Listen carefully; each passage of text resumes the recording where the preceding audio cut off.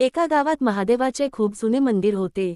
गावकऱ्यांचा विश्वास होता की मध्यरात्रीनंतर त्या मंदिरात कोणीही जाऊ नये, कारण तिथे काहीतरी अद्भुत घडत असे। पण नेमकं काय घडतं हे कोणालाच माहिती नव्हतं। एके दिवशी गावातील एक तरुण हे रहस्य शोधण्याचा निर्धार करतो। तो मध्यरात्री मंदिराजवळ लपून बसतो। 12 वाजताच मंदिराची घंटा आपोआप वाजू लागते। मंदिराचे बंद दार हळूहळू उघडते आणि पांढरे वस्त्र परिधान केलेला एक वृद्ध आत जाताना दिसतो।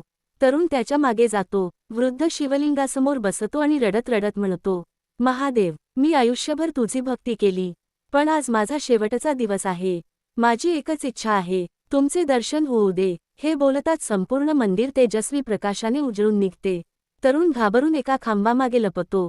काही क्षणांनी प्रकाश कमी होतो आणि तो पाहतो, वृद्ध तिथे नाही, फक्त शिवलिंगाजवळ ताज्या फुलांचा हार पडलेला असतो।